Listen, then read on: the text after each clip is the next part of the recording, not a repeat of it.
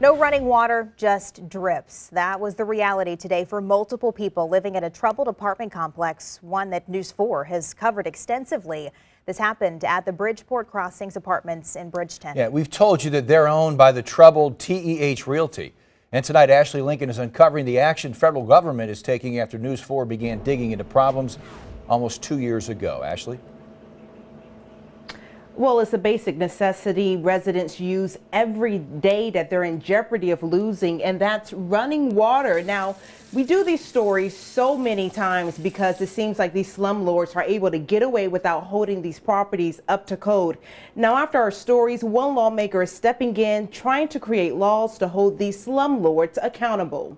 It's devastating. Bridgeport Crossing residents say they woke up to dry faucets Thursday morning. From a psychological perspective, you wonder where's the humanity in it. We told you just last week their water supply was in jeopardy after residents spotted these water shutoff notices. Missouri American Water says the current property owners are delinquent several $1,000s. Panicked, this resident who didn't want her face shown tried taking matters into her own hands. I called them, I said, hey, is there anything I can do about this to possibly switch the invoice into my name so that I can just go ahead and retain water services? I've always paid this. Absolutely not. They said they have one tap.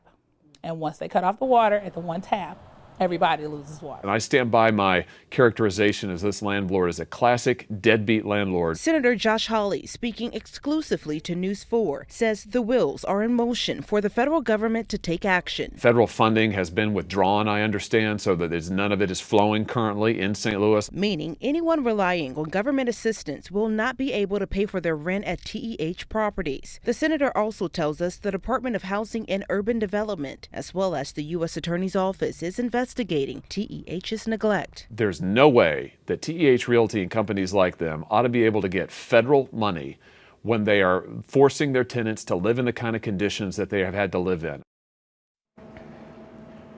Now, Hawley says he plans to take steps to implement laws to hold these landlords accountable. Now, Missouri American Water, we did reach out to them. They did say it was a mistake that the water was turned off. It was turned back on this afternoon. However, they do say if TEH does not pay their bill, they'll be left to no choice but to turn the water off. Reporting live tonight, Ashley Lincoln, News 4.